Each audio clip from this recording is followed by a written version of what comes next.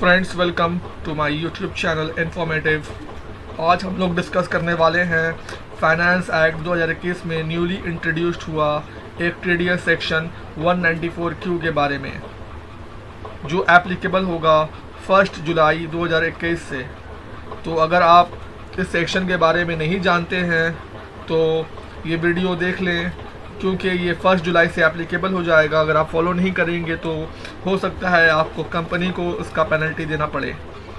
तो आइए देखते हैं कि ये सेक्शन किसको एप्लीकेबल करता है, कौन से लोग को इस सेक्शन के अंदर टीडीएस काटने की ज़रूरत है। तो इसके लिए हमको 3 क्राइटेरिया फुलफ़िल करना पड़ेगा। नंबर 1 क्राइटेरिया ये है कि आपका टर्नओवर लास्ट फाइनेंशियल ईयर में 10 करोड़ या उससे ज़्यादा होना चाहिए। नंबर 2, आप जो परचेज़ कर रहे हैं जिस परचेज़र से, उसके साथ आपका जो ट्रांजैक्शन हो रहा है वो 50 लाख या उससे ज़्यादा होने का ज़रूरत है। अगर 50 लाख एक्सीड कर जाता है तो आप इसके दूसरे क्राइटेरिया को फुलफ़िल करते हैं।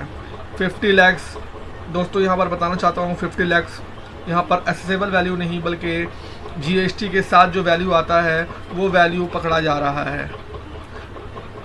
और थर्ड, आप जो परचेज़ कर रहे हैं वो परचेज़ एक रेसिडेंट सप्लायर से होना चाहिए। इसका मतलब ये है कि अगर आप इंपोर्ट कर रहे हैं, इंपोर्ट परचेज़ कर रहे हैं, तो उस कंडीशन में ये सेक्शन अप्लाई नहीं होगा आपके ऊपर। तो दोस्तों, ये 3 क्राइटेरिया अगर आप फुलफ़िल करते हैं तो इस सेक्शन के अंतर्गत आपको टीडीएस काटना अनिवार्य है, अदरवाइज़ आपको पेनल्टी देना पड़ेगा। सेकंड क्वेश्चन आता है कि हमको टीडीएस कितना % काटना है। तो दोस्तों, टीडीएस जो हम लोगों को काटना है वो 0.1% के हिसाब से काटना है of the total value of transaction.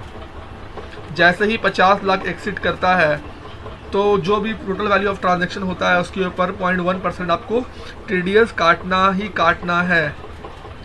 अगर सप्लायर आपको अपना पैन नहीं दे रहा या उसके पास पैन नहीं अवेलेबल है तो आप जिससे परचेज़ कर रहे हैं उसके ऊपर आप 5% का टीडीएस भी काट सकते हैं अगर आपको पैन नहीं मिल रहा है। तो at the time of purchase आप देख लीजिए कि आपका ट्रांजैक्शन 50 लाख एक्सीड कर रहा है कि नहीं। अगर एक्सीड करता है और ये सारी क्राइटेरिया फुलफ़िल हो रही है और आप एक रेसिडेंट सप्लायर से परचेज़ कर रहे हैं तो आपको 0.1% के हिसाब से टीडीएस काटना पड़ेगा। Time limit for deduction of TDS, आपको टीडीएस कब काटना है। जैसे कि टीडीएस का फॉर्मूला है रिसीप्ट और payment which ever is earlier, तो वैसे ही सिंपली यहाँ पर है कि जब आप उस परचेज़ का पेमेंट कर रहे हैं या आप अपने बुक्स में उसका एंट्री कर रहे हैं, विच एवर इज अर्लियर, जैसे ही 50 लाख एक्सीड करता है आइदर इन पेमेंट और इन क्रेडिट, आपके ऊपर ये सेक्शन एप्लीकेबल हो जाएगा और आपको उस टाइम 0.1% टीडीएस काटना ही काटना है।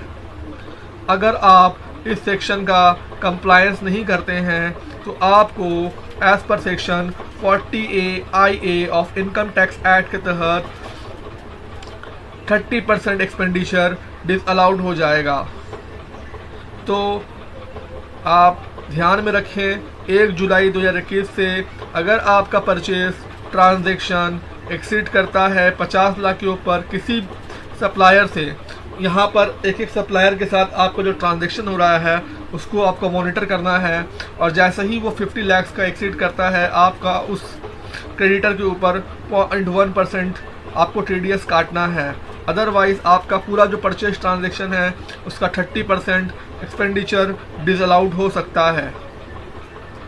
दोस्तों, एक चीज़ और, जैसे कि मैंने आपको बताया, यहाँ पर इस सेक्शन में आने के लिए आपको 3 क्राइटेरिया फुलफ़िल करना पड़ेगा।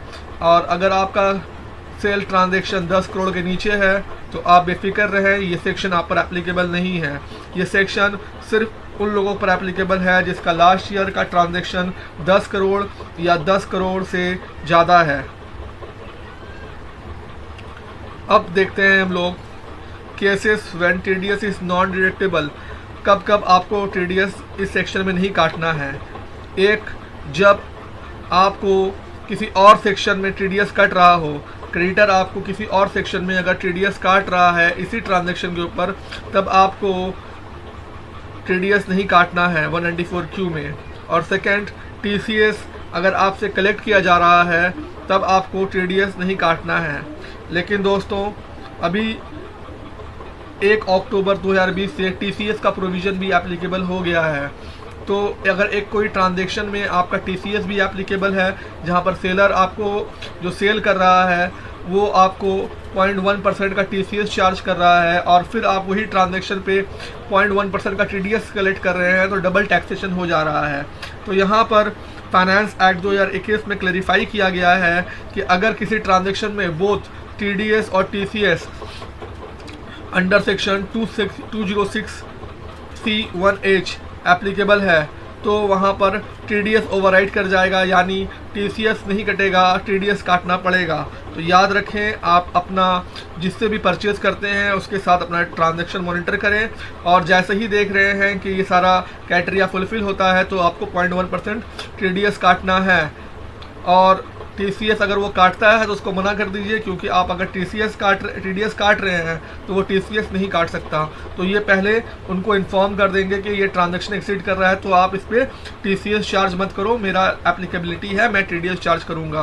क्योंकि फाइनेंस एक्ट 2021 क्लैरिफाई कर दिया है कि अगर दोनों में क्लैश होता है TDS और TCS में, तो TDS वाला क्लॉज प्रिवेल करेगा। तो दोस्तों उम्मीद करता हूँ कि आपको ये वीडियो समझ में आया होगा। अगर समझ में आया है तो फिर बने रहे हमारे चैनल पे ऐसे ही वीडियो के लिए। Thank you very much.